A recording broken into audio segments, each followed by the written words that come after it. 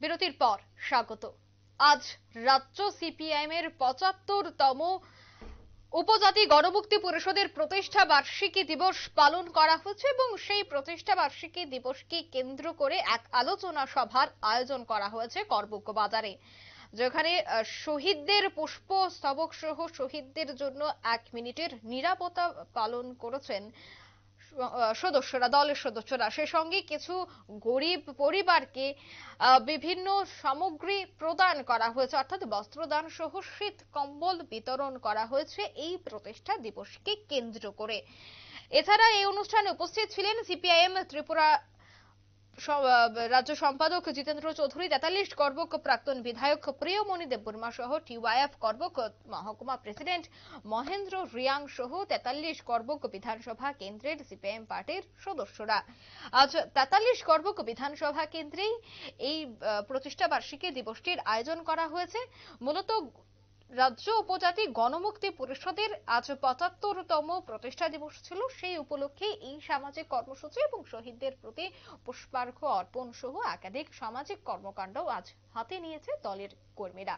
সে বিষয়ে সিপিএম নেতৃত্বরা কি বলছেন আজকের এই অনুষ্ঠানকে কেন্দ্র করে, শুনুন।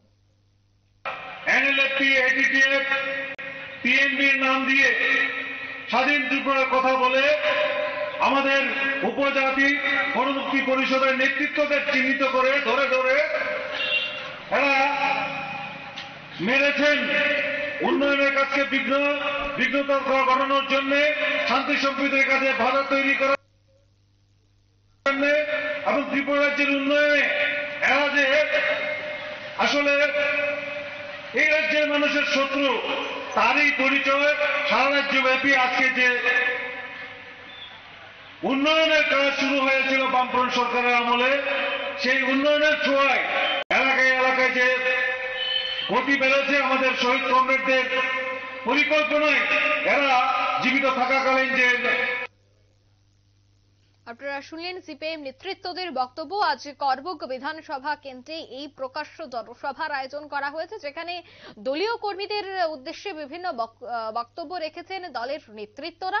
অন্যদিকে শাসক দলের বিভিন্ন বিষয়কে সামনে রেখে বিভিন্ন বিষয় বা বিভিন্ন কার্যকলাপকে এক প্রকার তীব্র কটাক্ষ করেছেন সিপিআইএম এর নেতৃত্বরা। আজকের এই অনুষ্ঠানে সিপিএম নেতৃত্বদের উপস্থিতি কিন্তু ছিল চোখে পড়ার মতো।